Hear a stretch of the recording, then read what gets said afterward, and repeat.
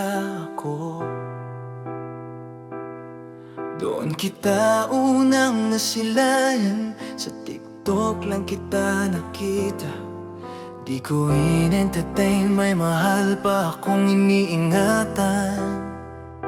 Pinili ko pa rin ang dati kong relasyon, kahit ilang beses na akong iniwan. May babaeng dumating, akala ko totoo.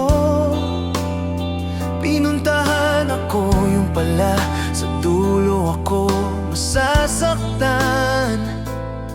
5 taon kong binitbit yung pangarap, 2 taon na magkasama.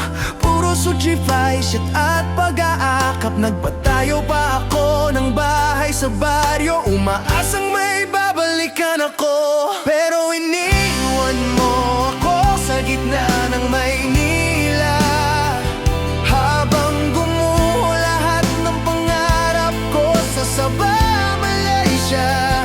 Supervisor akong matatag noon, ngayon biglang nag-iisa. Pero kahit ganon, tumayo pa rin ako, pinilit kong lumaban pa. At sa lahat ng luha at dasal ko sa simbahan, may isa palang biyayang nakalaan.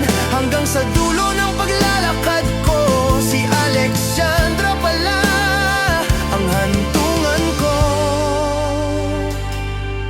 Sa Maynila ako bumagsak, walang matulugan, walang kakampi. Sa gilid ng kalsada natutulog, minsan sa simbahan pumipikit, umiiyak ng tahimik. Nagdasal ng lakas, nagdasal ng tahanan, may nag-abot ng tulong. Sa kapsule ako unang nakaramdam ng katahimikan. 2 buwan akong nagtiis, trabaho, bahay, simbahan ang ikot, hanggang nakahanap ako ng tirahan sa City Maligaya. Unti-unti akong bumangon, binalikan yung gamit sa Tansa, Cavite. Handa nang magsimula muli, kahit mag-isa, kahit masakit. Pero sa bawat dasal ko sa gabi, may isang pangalang paulit-ulit bumabalik sa isip. Noon pa sa Malaysia, nakilala ko na siya,